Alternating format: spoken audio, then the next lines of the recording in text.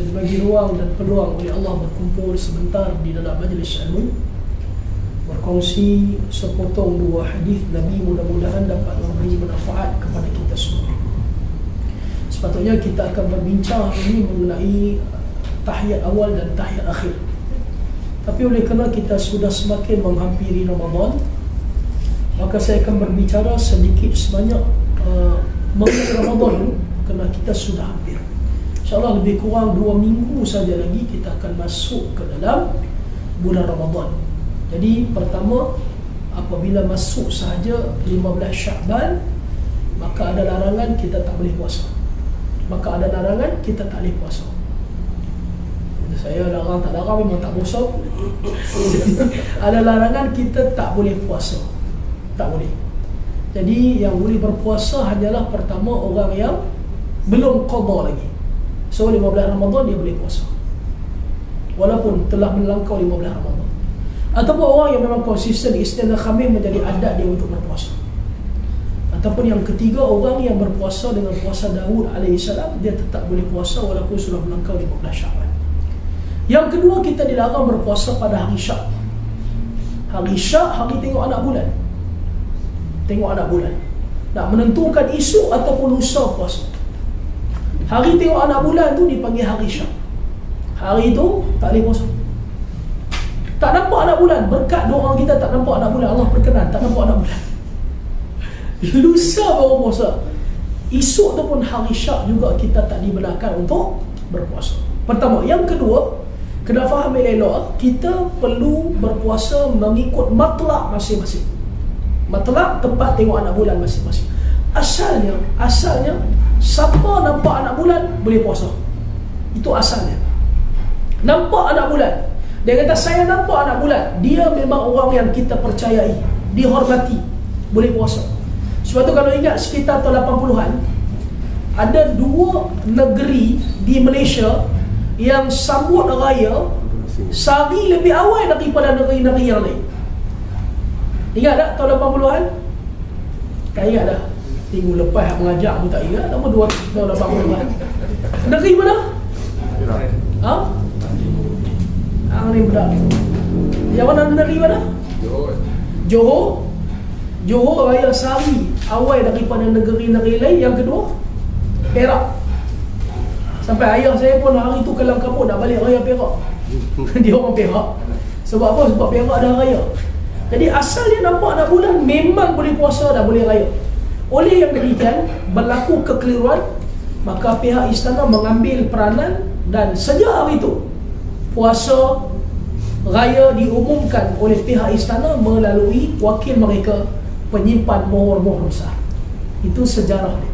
Itu sejarah dia.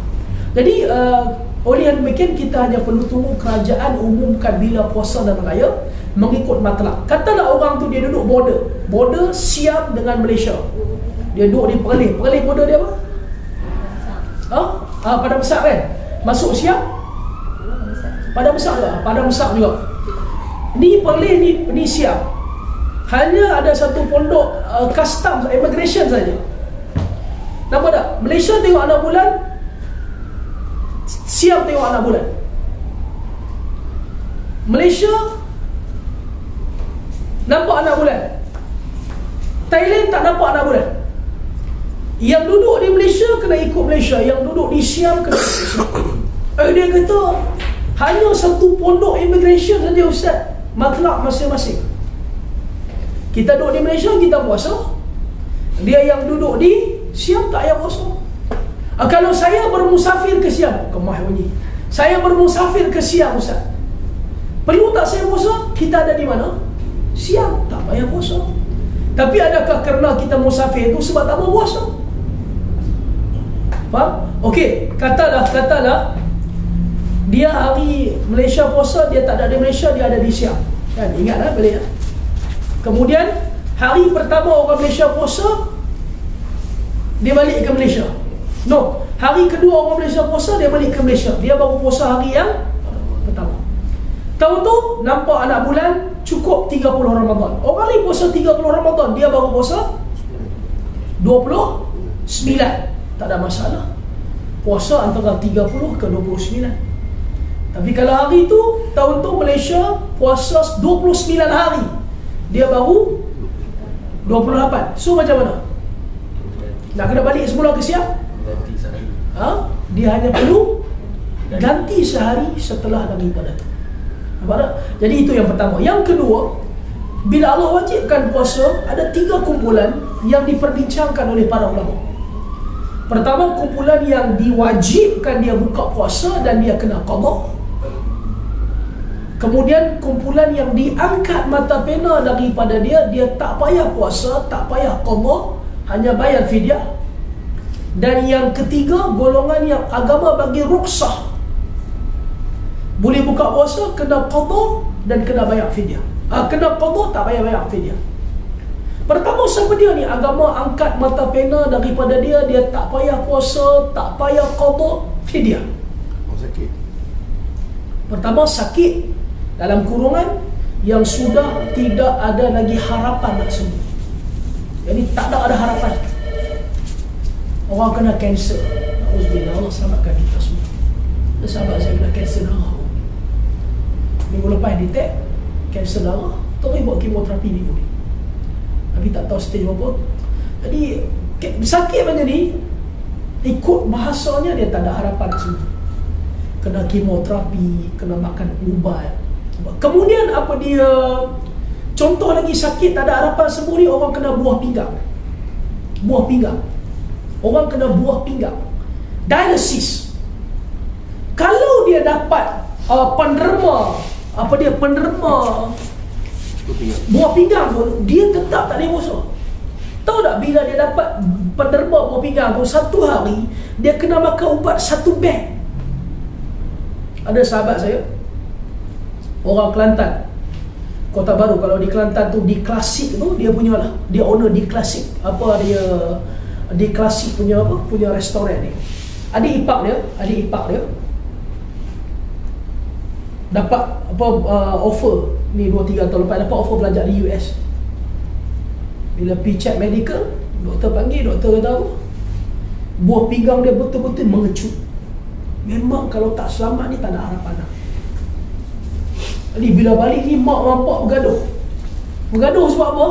Bergaduh sama-sama nak bagi buah pinggang kat anak yang kata mak pak ni.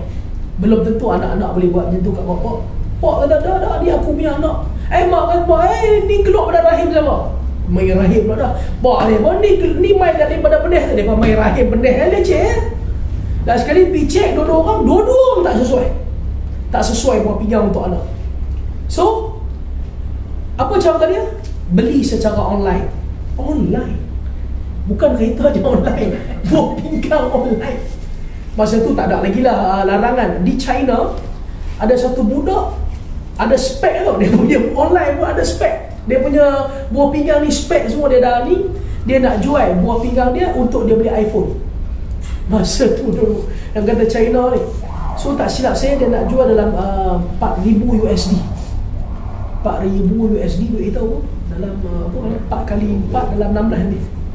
Kemudian dengan ejen apa semua ni semua, lebih kurang bapak dia spare lebih kurang dalam 20,000 lebih lah, 20,000 USD. Buat siap. Tapi kena makan ubat satu hari 1 beg. Tak ada harapan. Sebab dia cuci buah pinggang ni sekali 5-6 jam letih tak larat. So orang yang sakit tak ada harapan sembuh. Mana-mana orang saja sakit tak ada harapan sembuh, agama angkat kefarduan puasa daripada dia. Tak payah puasa, tak payah qada dan bayar fidyah. Nanti kita tengok apa fidyah dia.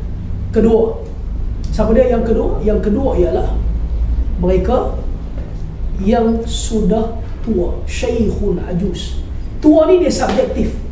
Ada orang tua 80-90 dia steady, dia boleh puasa. Dia ada 80-90 steady, boleh puasa, no issue, no worries, boleh puasa. Dia kena puasa. Ada orang umur 60-70 ni dia main laih, dah tahu laih.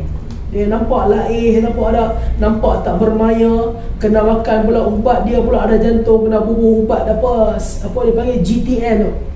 Tahu ubat GTN? GTN ni ubat untuk cairkan darah dia, kena buh bawah lidah dan sebagainya.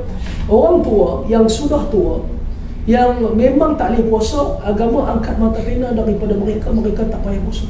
Dan kita pun tak payah nak paksa dia. Ayah ni dah 70 tak puasa ni, tahun-tahun akhir umur ni dia buat perangai. No, agama memang angkat mata pena. Dia tak boleh puasa, dia tak larat. Nak tahan makan 5-6 jam bagi dia bukan senang. Ini kumpulan kedua. Yang ketiga, sahibul a'malu syuqa, orang kerja terlalu berat. Terlalu berat. Kita di sini alhamdulillah kerja taklah seberat mana orang kerja berat. Kalau saya duduk di Maghrib dulu, di Yaman, orang kerja dengan syarikat oil and gas. Dia ambil gas tengah-tengah padang pasir. Gas. Masa tu di Maghrib ni panas dia 50 lebih darjah Celsius. Kita rasa kita ni bosok 50 lebih. Ataupun sini senang kalau kita nak tengok contoh saya buat lah, orang kerja berat ya. Orang kerja buat jalan tar, bukan kerja kat jalan tar, buat jalan tar dengan tar tu panas kan, tar hujan tak boleh ya, dia kena tar tu pun panas, tengah panas, dia pun nampak macam jalan tar dah dia tu, nampak? Atau lebih senang kita tengok orang kerja kontrak ni, bangunan ni, kita tengok dia ni kalau puasa ni dahsyat ni, cuma kita pergi ikat mata tengok, ikat tengok, kita pergi plaster tengok, kumpulan ni agama angkat mata bina. Dan itu saja sumber rezeki yang dia ada untuk puasa, untuk kerja. Dia tak ada sumber lain. Jadi mereka dibagi keringanan, diangkat mata pena, tak payah puasa, tak payah qada. Agama bagi satu keringanan, nama dia fidyah. Kalau kita ada mak kita yang tak boleh puasa, dah tua, tak boleh puasa, tua. Kita ada adik-beradik yang sakit, tak ada harapan sembuh. So, fidyah dia bagi makan sehari seorang orang miskin. Kalau dia tak boleh puasa 30 hari, 30 orang-orang miskin. Ataupun kita ambil satu family itu ada 6 orang, keluarga susah, 6 orang, kita bagi dia makan untuk tempoh 5 hari. 6 kali 5, 30. Selesai. Makan apa? Makan yang kita makan. Mungkin RM10 kot. Nasi goreng ayam satu, nasi goreng ayam, lepas tu sirap ais limau, saya tak RM10. Jangan order food panda mahal. Kita beli kat kedai-kedai biasa ni, nasi goreng ayam, sirap ais limau, RM10. Boleh tak boleh saya suruh isteri saya masak, panggil makan kat rumah? Silakan, ada isu. Kalau Ustaz saya bawa ni 6 orang ni, saya jamu mereka 5 hari, saya jamu dekat restoran mana, Tom Yum apa, boleh tak? Boleh. Cuma satu je, jangan bagi mereka pegang buku menu. Kita nasi goreng ayam, silakan syakap, steam limau, sup tulang. Dia boleh kat jauh kan, tengok kat YouTube apa, kat Food Panda. Boleh tak boleh? Boleh. Order, bayar sendiri. Kita bayar nasi goreng ayam, silap dia anak 3 rasa ke apa, order nak bayar sendiri. Itu pertama, agama angkat mata pena. Tak payah puasa, tak payah qada. Dia nak qada macam mana dia tak boleh puasa. Tapi jalan penyelesaian ialah fidyah. Kemudian yang seterusnya agak yang nombor 1 tadi tu Ustaz, yang tak payah bayar apa-apa. Yang tu apa maksud dia, kategori tu? Kita nak bincang 3. Yang pertama, sakit tak ada harapan sembuh, orang tua yang dah tua tak boleh puasa, orang kerja terlalu berat, tak payah puasa, tak payah qada, hanya fidyah sahaja. Fidyah dia bagi makan sehari seorang orang miskin. Itu fidyah dia. Clear? Ada lagi soalan sebelum kita sambung? Kemudian, siapa dia kumpulan yang agama bagi ruksah, keringanan, tak payah puasa, qada, tak payah fidyah. Man kana maridan aw ala safarin fa iddatu min ayyamin ukhra. Orang yang musafir. Orang musafir tak payah puasa. Kalau perang Ustaz? Kalau dalam perang? Apa dia? Kalau berperang Ustaz? Kalau berperang kan, tengok keadaan dia. Kalau dia nak puasa boleh puasa, kalau dia tak larat dia boleh buka puasa. Tapi kalau musafir, seorang lelaki, kita musafir ni, kita puasa tak? Itu soalannya. Kita dekat-dekat raya, kita balik kampung, kita puasa tak? Puasa tak? Sebab apa kita puasa? Sebab mudah. Mudah. Okey. Dia hukum dengan sebab dua benda berbeza. Dulu bila bermusafir boleh jamak dan qasar sebab perjalanan susah. Naik unta, naik kuda, kemudian tak ada RNR, satu kali perjalanan mungkin berhari-hari bahkan berminggu-minggu untuk sampai ke tempat yang dituju. Jadi sebab boleh jamak dan qasar itu antara sebab. Tetapi hukum, kalau kita musafir, tak kiralah perjalanan kita susah atau senang, kita boleh jamak dan qasar. Sebab kita tak ambil sebab, kita ambil hukum. Kita kan ada meeting di Penang, naik flight pukul 12 sampai Penang pukul 1, meeting pukul airport. Habis meeting pukul 3, shoot balik ke KL, flight pukul 4, sampai di airport pukul 5. Sebelum kita balik KL ni, boleh tak boleh kita jamak takhir di airport? Boleh tak boleh? Boleh. Perjalanan kita senang ke susah?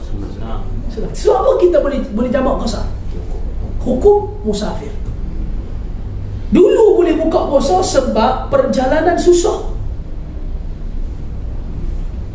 Susah. Mana ada RNR tengah-tengah padang pasir? Susah. Jadi hukum bermusafir buka puasa. Soalan, tahun ni balik kampung puasa ke buka puasa? Puasa. Nak bagi keterangan macam mana? Jamak qasar tak? Jamak qasar. Kalau jamak qasar, sebab apa jamak qasar? Sebab sempit. Jalan jam. Sebab apa jamak qasar? Sebab saya musafir. Betul tak? Sekarang isu yang sama, musafir buka puasa. Soalan dia, puasa ke buka puasa? Saya tak balik kampung tahun ni, Ustaz. KJ dia kata tak balik kampung. Saya balik malam. Saya puasa. Okey, saya baca hadis, kita settlekan benda ni. Kita settlekan dengan hadis. Seorang lelaki mai jumpa Nabi SAW.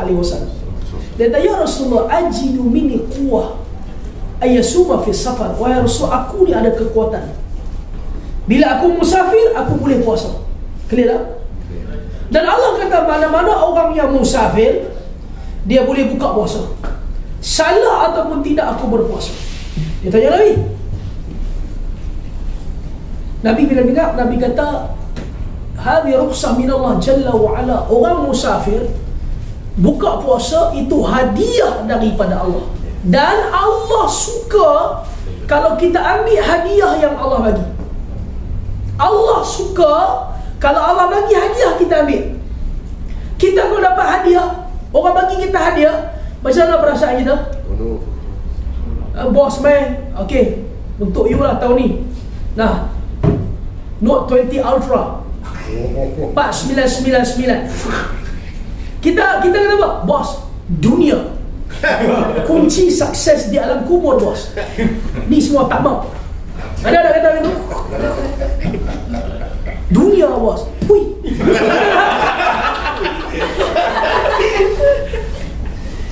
Ada tak? Tak ada. Ada tak? Bos, ni cover tak ada. Screen protector nak beli sendiri lah, bos. Kita suka orang bagi tak. Sekarang yang bagi hadiah Allah. Dan kata Nabi, kalau kamu musafir, kamu buka puasa, kamu terima hadiah yang Allah bagi, Allah suka. Hadis Muslim. Soalan, tahun ni balik kampung, puasa ke buka puasa? Tak kampung. Tak boleh. Nak kena qada kan? Kena qada. Tak, kalau kita tak sembahyang jamak pun, kita kena sembahyang juga, sembahyang sempurna. Jangan selektif. Kita selektif, kita jamak qasar, tiba-tiba hadiah ni tak mau terima. Soalan, tahun ni balik kampung, puasa ke buka puasa? Baik belakang boleh jamak qasar. Soalan, puasa ke buka puasa? Buka puasa. Tengok orang beriman. Dia dengar Nabi kata dia tak boleh. Puasa buka puasa? Buka puasa. Hadis ni tak habis lagi. Tapi Nabi kata kalau kamu nak puasa, kamu boleh terus berpuasa. Puasa ke buka puasa? Solat Nabi tak tahu itu. Nabi suruh jamak puasa. Jadi sebenarnya dia mengikut kita punya, bukan kata kemampuan, mengikut terpulang pada kita. Kalau saya, Ustaz, saya bermusafir, Saya boleh puasa tapi saya tak mau puasa. Boleh? Boleh. Tak ada masalah. Bini saya tak boleh puasa, ustaz, kejam dia makan tu, buat tak tahu tepi saya dah bawa kereta. Saya pun kata biarlah kita makan sekali, kita buat tak? Boleh tak boleh buka puasa? Boleh. Apatah lagi kata Imam Syaukani, kalau dia menempuh perjalanan yang sukar, contohlah orang balik kampung, perjalanan panjang bawa kereta, mengantuk, dia kena balai lu kopi apa kan. So, boleh buka puasa. Saya khusukan perjalanan jauh kan, orang balik Kelantan lah. Raya kan, raya hari ni dah raya, esok balik Kelantan. Berapa jam perjalanan? Tak sampai. Ha? 12 dah, 12 tu biasa. 18, 20, 22 jam. Kan kita balik Gombak tu, tengok kalau subuh tu mereka bersahur tepi jalan tu, macam betul-betul sahur kat kedai makan. Sila agama bagi keringanan. Dan itu fenomena biasa bila kita berada di luar negara. Kalau kita pergi umrah bulan Ramadan, daripada Mekah ke Madinah, Madinah ke Mekah, tengah tu bahkan berhenti. Kita berhenti pergi toilet, berhenti jamak qasar solat kan. Kita akan tengok rombongan daripada Arab, dia pergi toilet jamak qasar segali dia balas dengan nasi Arab. Kita pun tak ada ni, Pak Arab jenis tak guna dengan ihram, tak puasa. Tu pun nak pergi umrah, mulut kita kan boleh tahan puaka. Saya masa di Pakistan tahun 1999, kami daripada Karachi nak pergi ke Lahore, nak naik ke Islamabad bagi salji. Daripada Karachi ke Lahore, Lahore ke Islamabad, Islamabad ke Meri, nak pergi bagi salji. Dia tak cantik lah, saya tunjuk. Siapa tengok Facebook ya? Tu yang ajak di Pakistan. Macam Switzerland eh? Ha? Macam Switzerland.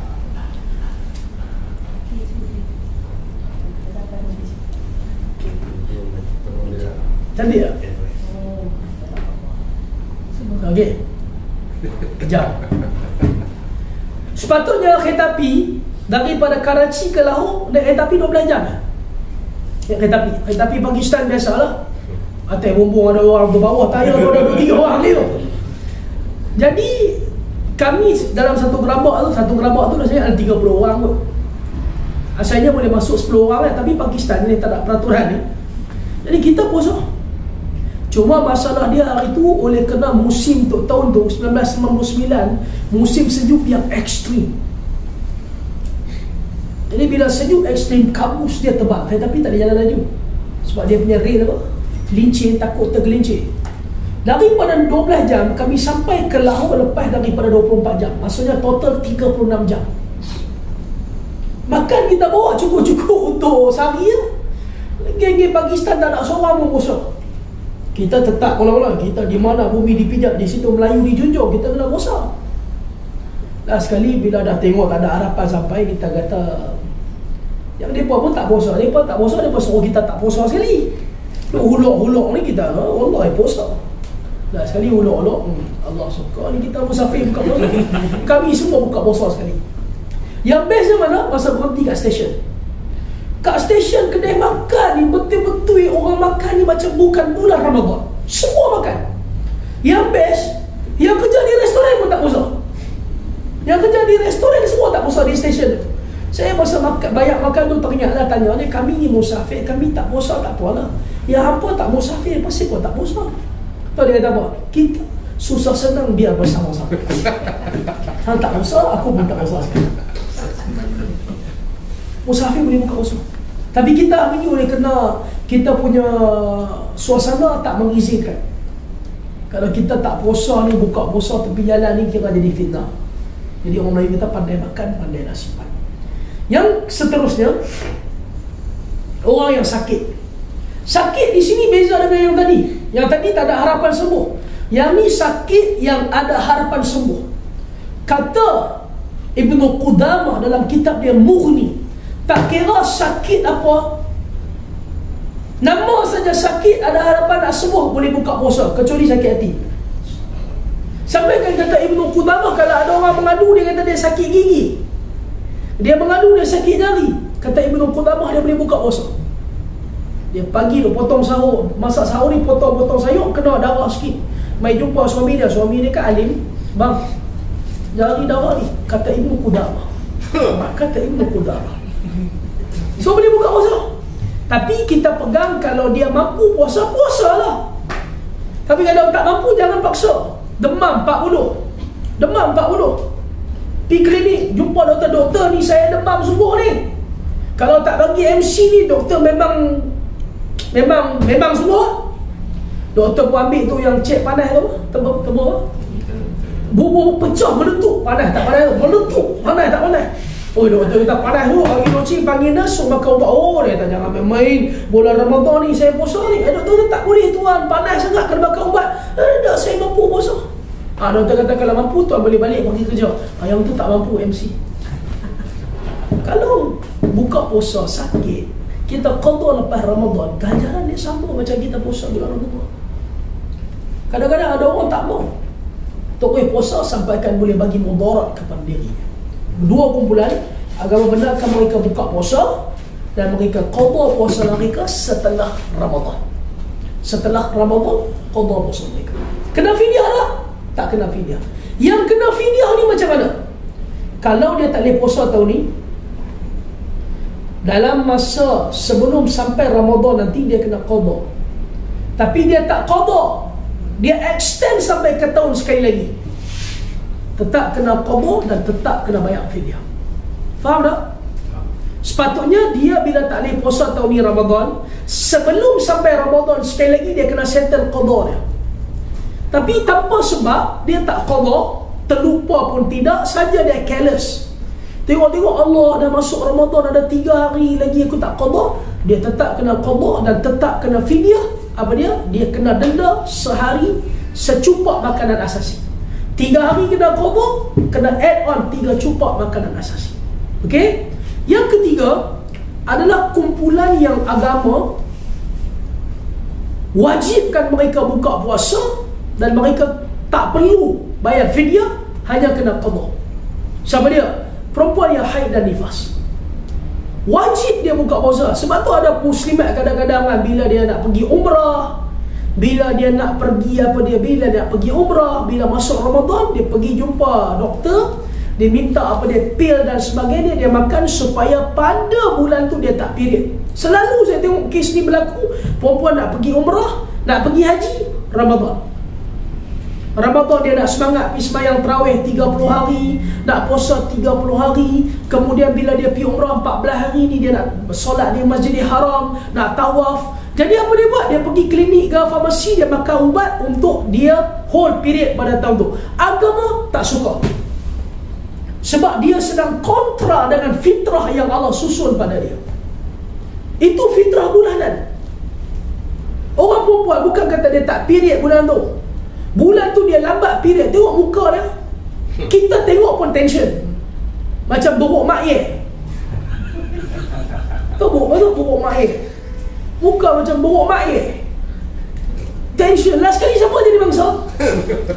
Sorry, slow sikit gelak. Siapa jadi bangsa last kali? Nampak gelak secara berjemaah. Suami tempat dia lepas tension, nak lepas kat orang lain tak boleh. Suami pula takut kat dia, kereta pula nama dia. Wajib buka puasa. Cuma salah faham dia. Ada muslimat ingat bila dia tak boleh puasa, dia ingat dia tak boleh makan dan minum. Salah. Tak boleh puasa, perempuan yang datang haid tak putus pahala. Dia tak boleh buat secara tuntasnya. Dalam hadis hanya 4. Pertama, dia tak boleh solat tuntas. 2, dia tak boleh bersama dengan suami dia tuntas. 3, dia tak boleh berpuasa tuntas. 4, dia tak boleh tawaf. 4 ni tuntas. Yang lain silakan. Hatta kan para ulama berbahas mengenai perempuan yang datang haid boleh tak boleh baca Quran. Kebanyakan para ulama benarkan, kerana tidak ada larangan yang tuntas. Boleh tak boleh orang perempuan yang datang haid masuk masjid? Kebanyakan para ulama benarkan, berdasarkan banyak hadis yang ada. Kalau dulu betul, masa old school dulu, bukan kata dia nak masuk masjid, dia nak lalu depan masjid pun mak dia tak bagi. Lalu depan masjid pun mak dia tak bagi. Dan kita terangkan, Aisyah radhiyallahu ta'ala anha dalam hadis Muslim, suatu hari bila Nabi kata, ya Aisyah nawil khamrati ilal masjid, Aisyah masuk dalam masjid, tolong ambil kain sejadah aku tertinggal dalam masjid. Posisi Nabi tentulah tempat imam. InsyaAllah ini haid, wahai Rasul aku setengah-tengah haid. Dia ingat dia tak boleh masuk masjid. Nabi kata, inna haidataki laysa fi yadayki, haid kamu bukan ada di tangan kamu. Kalau ada tangan kamu, kamu pegang kain sejadah aku kotor, ada di tempat lain. Maka dia masuk, dia ambil sejadah, dia bagi kepada Nabi SAW. Maksudnya masuknya ada sebab. Dia nak masuk sebab apa? Dia nak dengar kuliah, nak dengar ceramah, silakan. Yang ni yang kita bahas dan kita bincang, dan akhirnya pihak kerajaan setuju. Kalau kita pergi Putrajaya, Masjid Putrajaya tu ramai foreigner. Foreigner kalau bukan Islam, perempuan, dia masuk, dia kena daftar, dia dapat sehelai jubah, dia pakai. Dia boleh masuk dalam masjid, tengok masjid. Perempuan tu bukan Islam tu. Adakah perempuan Islam lebih hina daripada dia? Yang jaga jubah pun tak tanya kat perempuan China tu, period tak? Tak ada. Ada mandi hadar besar tak? Tak ada. Kita buang air besar tadi adalah. Ada isu. 4 tuntas tak boleh buat. Solat, puasa sama suami dia, dan juga tawaf. Itu pun nanti ada perbahasan. Nanti kalau kita mengaji bab haji ada perbahasan. Kalaulah masa dia sampai di Mekah, nampak tak? Memang period, sampai nak balik masih period, apa dia nak buat? Ada perbahasan dia tuntas. Cuma perempuan yang tak boleh puasa, dia boleh makan minum, tak ada larangan. Yang dilarang dia pergi makan minum depan orang ramai, itu je. Takut jadi fitnah. Mentang-mentang dia tak boleh puasa, dia semua orang dia ingat kita pun period sekali. Tak boleh. Di tempat kerja dia boleh makan minum, boleh. Buat satu grup perempuan-perempuan period sempena Ramadan Al-Mubarak. Nak makan di mana, siapa nak beli, settle. Food Panda ke, Grab Food ke, sila. Dah habis period, left grup tu. Mai beli period, masuk beli grup. Boleh kalak Tapi kalau di rumah, dia nak makan minum, tak ada masalah. Dia nak main kerja tadi, dia pun tahu isteri dia tak boleh puasa, baru dia bagi nasi goreng ayam. Dia turun-turun tengok isteri tengah makan, dia pun tahu isteri dia tak boleh puasa. Ada fitnah? Tak ada fitnah. Ada masalah? Tak ada masalah. Masalah hanya berlaku kalau suami dia makan sekali dengan dia. Suami kita biar susah senang, kita bersama-sama. Suami dia guna konsep Pakistan. Itu bukan fitnah, itu mangkuk. Jadi ni kumpulan yang agama bahaskan. Sebab tu dibahas banyak. Kalau kita tengoklah fatwa kan, kadang-kadang benda yang kita tak tahu. Itu saya baca fatwa tu, saya pelik dan akhirnya saya faham. Orang yang kena jantung, dia kena letak ubat bawah lidah dia, nama GPN. Ubat tu untuk cairkan lidah dia. Dia letak ubat tu, tidak membatalkan puasa dia. Ubat tu sentiasa bawah lidah dia, tak rasa apa, tak membatalkan puasa, sebab dia memang perlu benda tu. Kalau tak ada benda tu, dia tak boleh. Lepas tu sama juga orang yang main apa, asma tu dan dia memang tak boleh. Dia okey, dengar-dengar esok nampak anak bulan, terus main penat. Dia ingat lusa nampak, tiba-tiba suami tak buat dia siapa? Dia tu main dah penat. Tadi okey, dengar puasa esok, dia puasa, main lagi penat. Boleh tak boleh dia ambil? Boleh. Puasa dia tak batal. Itu pun tak cukup kuat, dia kena pergi ambil nap pula. Puasa dia tak batal. Puasa dia sah, sebab dia perlu. Kalau macam tu dia perlu kan. Kadang-kadang ada orang perlu pada rokok.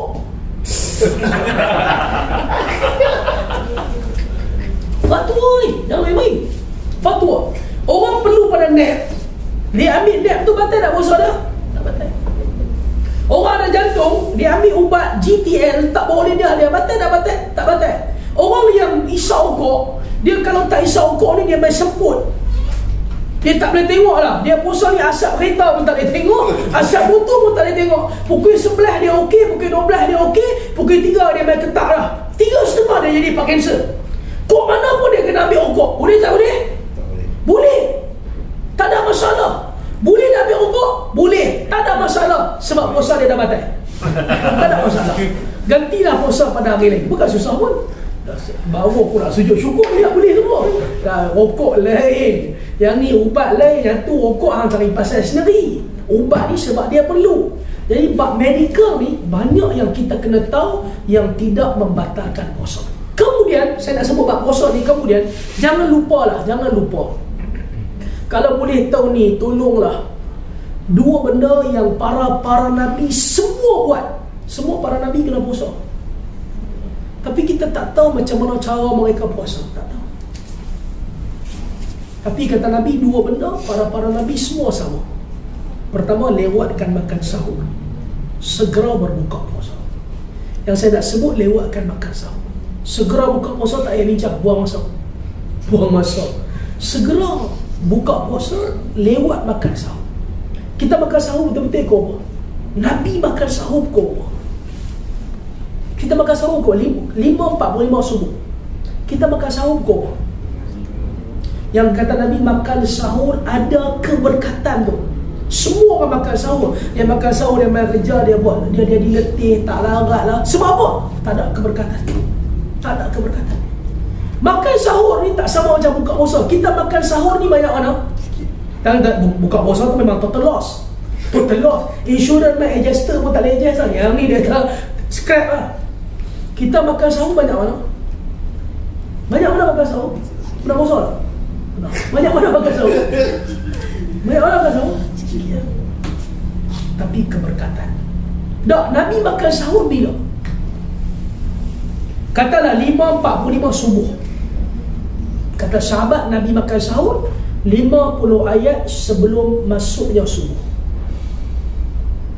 50 ayat. Kalau kita baca tertil, tabarakalladzi biyadihil mulku wa huwa ala kulli syai'in qadir. Kita baca tabarakalladzi 30 ayat, 5 minit habis. Lambat sikit 10 minit atau 30 ayat. Kalau kita baca 2 kali, 60 ayat. Nabi makan sahur 15 minit, 20 minit sebelum masuk subuh. Di situ ada keberkatan. Boleh tak boleh saya makan sahur pukul 4, 4.30, 5? Boleh. Tapi tak mengikut SOP Nabi. 5.45 subuh, 5.25, 5.30 makan sahur. Siap dah. Kita pun dah siap makan, siap masak, solat, baca Quran, tengok 5.25, 5.30, bismillah makan sahur.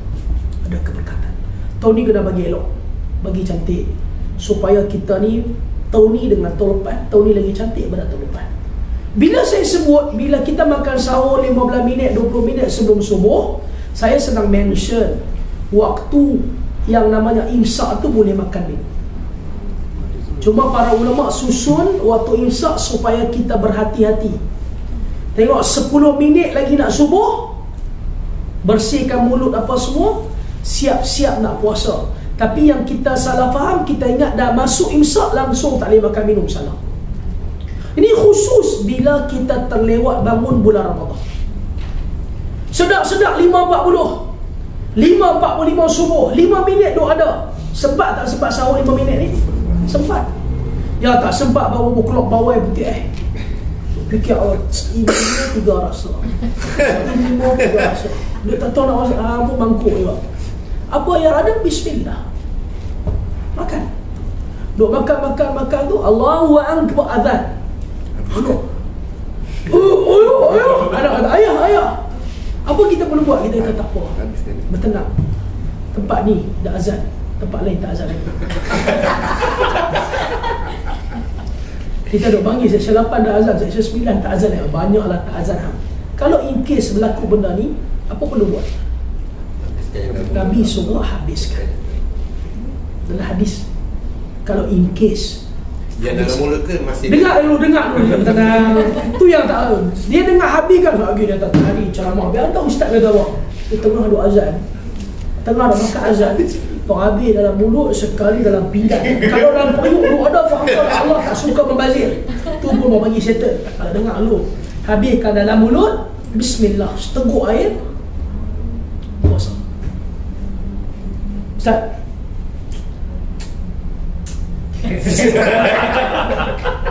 Kok spark, bukan sebatang, spark. Boleh tak boleh? Boleh. Tak ada masalah. Puasa dah pandai. Contohlah puasa padang. Dia hadis tu bunyi macam tu. Tapi kalau kita pergi negara Arab tu, kita pergi sahur di Masjidil Haram, dah azan pun dia tutup buat tak tahu lah. Betul?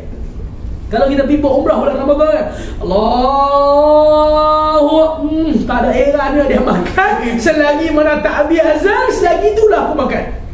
Dia setakat dalam mulut saja boleh habiskan.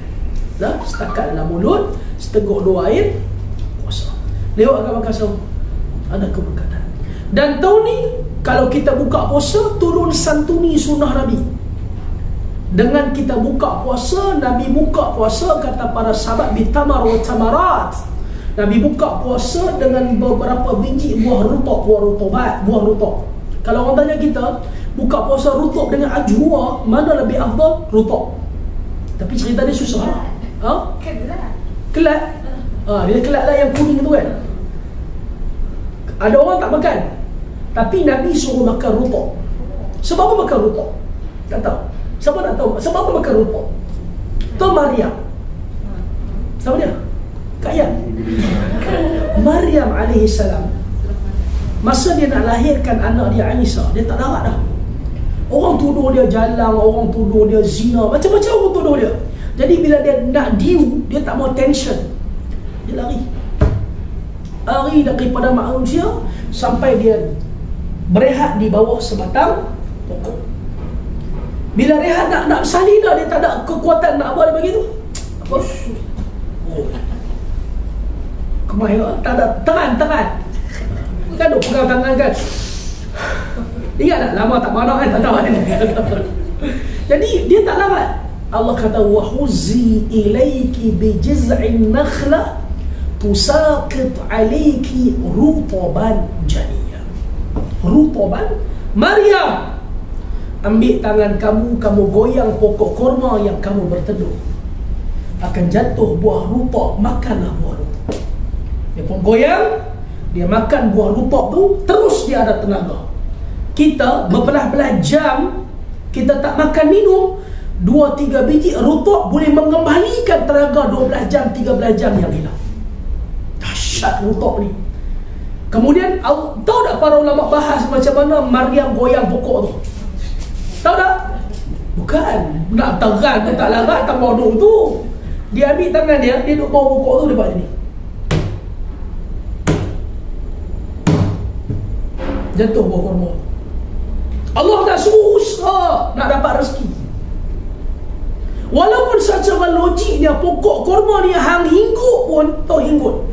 Buah kurma tak ada. Pokok kurma kita dah pergi umrah kan. Kalau kita tak pergi ladang kurma di Madinah tu tak sah umrah. Kita tengok buah pokok kurma ni kalau hinggut pun tak jatuh buah. Tak jatuh. Tapi Maryam Allah nak suruh usaha. Pertama point dia nak rezeki kena usaha.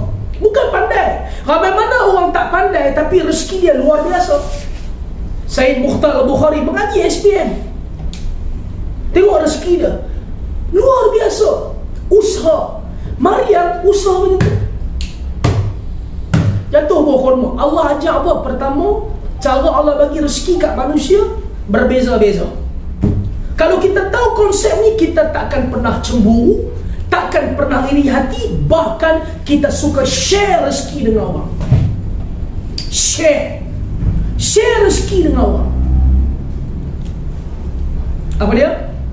Allah ajak pertama, kes apa dia? Allah kata pertama, ada orang dia hanya usaha sekadar, rezeki dia luar biasa. Ingat tak? Sekadar dia kerja, dia relax, sekadar rezeki dia luar biasa. Ada orang dia usaha luar biasa, rezeki dia sekadar. Ada tak ada orang itu macam-macam dia buat, rezeki dia sekadar. Ada orang usahanya sekadar, rezekinya sekadar. Ada orang pula usahanya luar biasa, rezekinya luar biasa. Jadi poin dia usaha, doa, tawakal. Lepas tu kalau kita tahu konsep ni, kita takkan pernah nak rasa iri hati tengok orang lain dapat rezeki lebih pada kita. Kerana apa yang dia dapat itu adalah peruntukan Allah untuk dia, dan dia tak ambil walaupun sekelumit rezeki kita. Lepas tu kena yakin tau, kalau kita suka share rezeki, subhanallah, Allah akan lipat gandakan rezeki kepada kita. Tapi kalau kita tamak, semua kita nak conquer kat kita tak mau share dengan orang lain, kita akan bermasalah. Nampak tak? Yang dikejar tak dapat, yang digendong berciciran. Yang dikejar tak dapat, yang digendong berciciran. Makanan kita dah sampai. Tak dapat nak teka makan apa sebab agak pendek sikit. Plastik tu agak.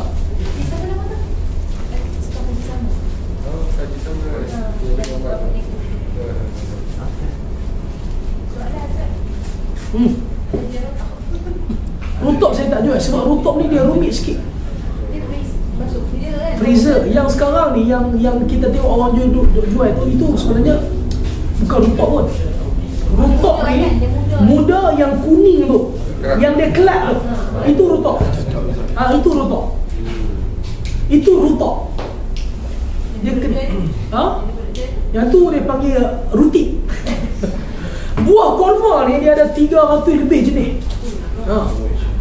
Buah kurma ni banyak. Yang fasa-fasa tu berapa ni? Fasa yang nak ke rutop tu. Dia ada banyak fasa. Sebelum nak pergi tu dia dah banyak. Tapi yang kita makan yang kuning tu paling mudah sekali. Itu rutop. Kalau tukar dia panggil balah. Balah, bukan balah. Balah tu lain, balah. Yang tu dia pergi dah lembek sikit, dia panggil balah. Tapi yang kita makan tu rutop.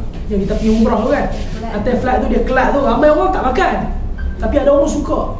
Yang tu rutop masa buka puasa. Kalau tak ada rutop, Nabi akan makan dengan korma biasa.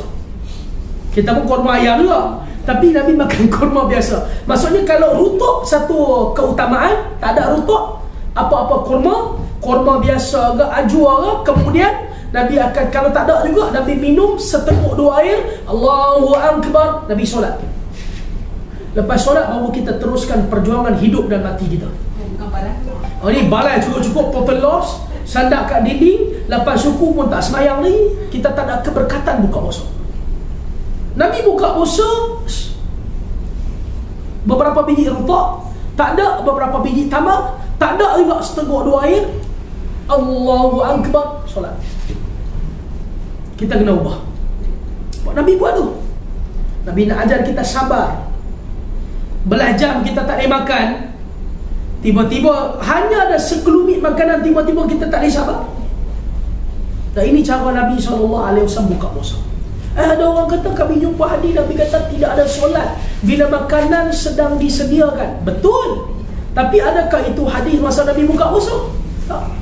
Kalau kita balik kerja kan, pukul 9, isteri dah masak dah kan, kita belum solat lagi, kita kena makan dulu baru solat. Kerana kata Nabi tak ada solat bila makanan disediakan. Nampak tak? Kalau kita pergi semayang dulu, nampak tak? Nanti takut jadi lain. Dengan dia pula masak ketam pula, sotong pula duk buka jari tu kan. Tengah-tengah semayang anak balik, bila dia tak jahanam dah ketam tu, bila lingkup lah dia balas kat dia seorang lah, tak tinggal aku makan. Lepas makan, semayang. Kecuali kalau kita tidak berhajat. Bang, makanan dah sebut tadi abang nak makan, abang semayang nanti abang makan lagi. Silap. Tapi untuk puasa, masuk buka puasa dengan korma ni, dalam kurungan makan makanan yang ringan lah, karipap ke, popia ke kan, apa, kuih ke, ringan lah, baru solat. Lepas solat baru makan. Bukan kita bagi total law dah, punya duk masuk tak boleh masuk dah, tersandak kat dinding apa, belahak pun 17 kali dah, baru nak sembahyang. Kita telah melewatkan waktu solat. Dan ingat, waktu solat maghrib bukan sampai ke isyak. Kita dah mengaji itu, waktu solat maghrib kalau mengikut mazhab Hanafi setakat 5 rakaat je. 3 rakaat maghrib, 2 rakaat ba'diyah, selesai maghrib. Sebab tu Nabi tergesa-gesa solat supaya tidak terkeluar daripada waktu maghrib. Wallahu'alam. Okey, silakan soalan. Ustaz, so timing maghrib tu dalam 20 minit je daripada azan? Tak sampai, dalam 15 minit pun tak sampai. Sebab tu jangan lewatkan solat maghrib. Masuk je waktu solat, habis azan, 2 rakaat qabliyah, maghrib, ba'diyah, selesai. Jangan lewatkan. Jangan ingat maghrib ni sampai isyak macam dululah. Orang duk ingat subuh ni kira selagi mana isyak ni, selagi mana belum subuh ni kira boleh. No, waktu subuh kata Nabi ila nisful lail. Waktu isyak sampai pertengahan malam. Bukan sampai ke subuh. Allah. Okey, silakan. So timing isyak tu lebih kurang pukul 12. Okey, nak tahu timing isyak, tengok maghrib pukul berapa, subuh pukul berapa. Bagi dua. Kata Nabi waktu solat isyak sampai tengah malam, maghrib 7.30, subuh 5.30, 8.30, 9.30, 10.30, 11.30, 12.30, 1.30, 2.30, 3.30, 4.30, 5.30, 10 jam. 10 jam maksudnya 12.30. Setengah selesai maghrib. Selesai isyak. Bukan sampai ke subuh. Bila selesai isyak, masuk saja lepas tu waktu qiyamul lail. Waktu untuk kita solat malam. Ya ayyuhal muzammil qumil laila illa qalila. Wallahu a'lam. Ada lagi, silakan. Soalan. Kalau maghrib tu macam cerah kan? Ha? What? Maghrib tu macam cerah lagi. Ha? Kalau dah masuk maghrib dia cerah ke dia gelap semayang? Dia tak kira nak kena gelap. Dia bukan cerah, dia bukan kira gelap cerah. Nampak tak? Dia kira masuk waktu semayang. Kalau kita boleh tengok secara manual, dia ada bacaan manual dia. Tapi hari ni kita mana ada manual? Semua pakai auto. Mana ada kereta? Auto macam kereta.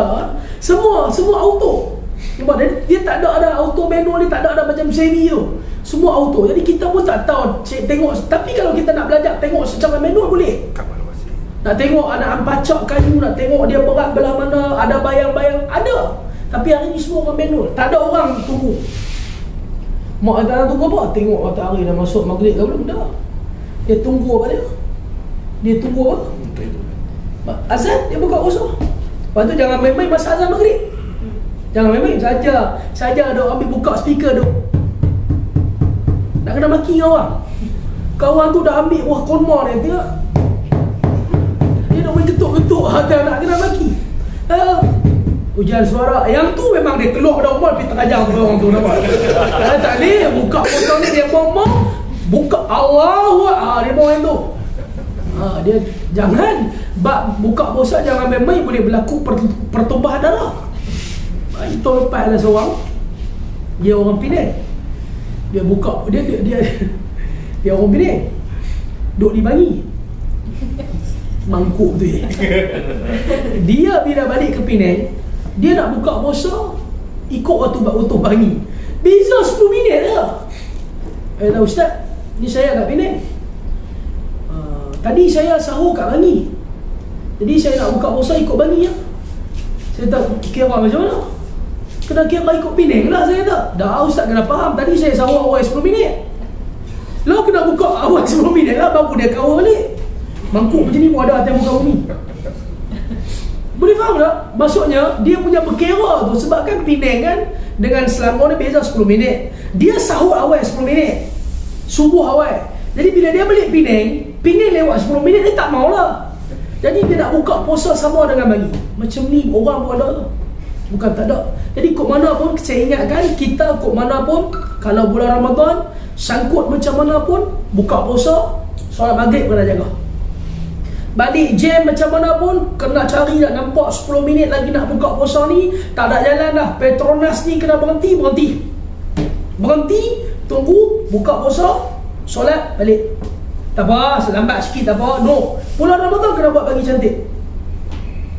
Tak ada apa ustaz atas kereta. So nak buat apa? Ada ustaz kata tak ada apa kan? Allahu Akbar Allah. Korek hidung tak membatalkan puasa. Kita ni mai je Ramadan, mai korek hidung. Mai je Ramadan, korek telinga. Korek hidung, korek telinga tak membatalkan puasa. Kerana yang masuk sesuatu ke dalam rongga yang membatalkan puasa makan dan minum. Even scope pun yang teropong tu pun tak batal. Kecuali kalau dia korek hidung tepuk ikut telinga ni. Yang tu kita bincang lain kali. Korek tak tahu keluar ke telinga ni. Yang tu kita bahas lain. Tak ada masalah. Kalau dia kan ada orang kan, dia tahu tak ada apa nak buat apa. Kita tak ada apa. Dalam kereta ayak pun tak ada. Ayak bateri pun habis. Wiper pun habis. Dengar azan Allahu Akbar. Kita tanya radio dah. Ada lah tu dengar azan. Tekan nak buka puasa dengan radio tu. Dah dengar azan. Innamal a'malu binniyat. Niat buka puasa. Selesai. Apa yang dia korek hidung pula? Apa semua? Dia korek hidung masuk macam dia buat swab COVID tu. Allahu Akbar, Allahu Akbar. Ada apa? Niat buka puasa. Settle. Tapi kena susul bagi cun lah. Kita ni kok mana pun Ramadan ni solat jamaah kena bagi cun. Kok mana pun setiap waktu berjamaah. Bagi cantik. Sibuk macam mana pun mai saja hayya ala solat. Tak ada panggilan seperti panggil Allah. Tinggal semua. Allahu Akbar. Keberkatan. Berkat hidup ini. Berkat ni Masya Allah. Dapat sikit cukup. Ada orang Allah bagi dia air rezeki macam limpahan air hujan. Tak cukup. Resah. Gelisah. So apa? Tak ada berkat sikit dia. Kita dapat sikit Alhamdulillah. Berkat. Dapat banyak pun Alhamdulillah. Yang penting keberkatan. Wallahu a'lam.